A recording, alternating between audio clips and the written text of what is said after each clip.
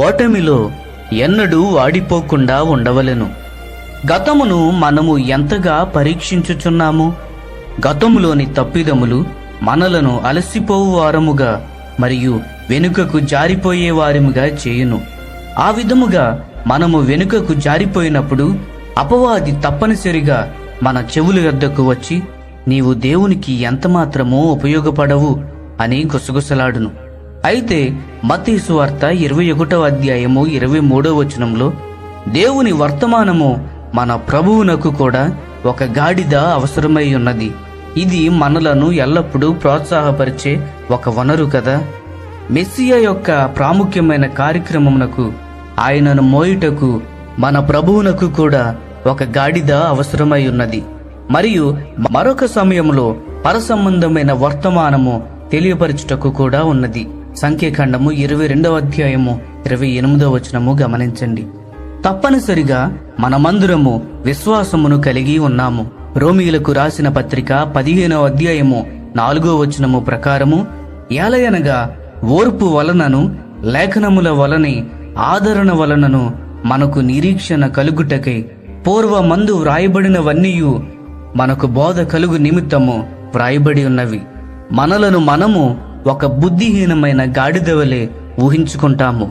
మరియు ఇప్పటి వరకు మనము కొన్ని పదుల వేల కొద్ది పాములను చూసి ఉండవచ్చు. అయినప్పటికీ దేవుడు నిన్ను కోరుకొనుచున్నాడు. నీవు ఎప్పుడైతే ఈ విధముగా ఉన్నావని ఆయన తెలుసుకొనునో అప్పుడు దేవుడు నీ ద్వారా మాట్లాడును. రేపటి గురించి చింతింపకు అని మన బైబిలు ఎంతో కనికరముతో మనకు తెలియపరుస్తుంది.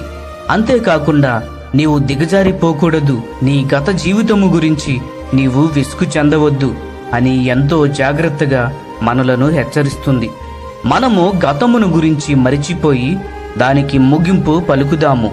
నేడు మనము ఎంతో ధైర్యముతో ముందుకు చూద్దాము మరియు మన రేపటి భవిష్యత్తు కొరకు మన ప్రభువుపై ఆధారపడి జీవించుదాము. మనము రేపు తప్పిపోయినప్పటికీ ఆ తప్పిదము మనలను నిరాశలో మునిగిపోకుండా తప్పక జాగ్రత్త పడవలెను.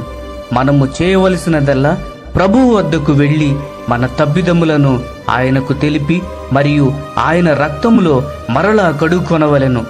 ఆ తరువాత మన జీవిత యాత్రలో మరలా ముందుకు పోవలెను. మరలా తప్పు జరిగినప్పుడు మనము ప్రభువు వద్ద చేసిన పనిని మరలా చేయవలెను. అవును, ఏది ఏమైనప్పటికీ మనము మానసిక ఒత్తిడిలో నిలిచి ఉండకూడదు. ప్రియ స్నేహితులారా, మనము ఓటమిలో ఎప్పుడూ కూడా వాడిపోకుండా ఓడిపోకుండా ఉండాలి. ఈ సందేశములు మీకు ఆశీర్వాదకరముగా ఉన్నట్లయితే లైక్ చేయండి, సబ్స్క్రైబ్ చేయండి, అనేకులను ప్రోత్సహించుటకు షేర్ చేయండి. మీ విలువైన అభిప్రాయములను కామెంట్ రూపంలో మాతో పంచుకొనండి.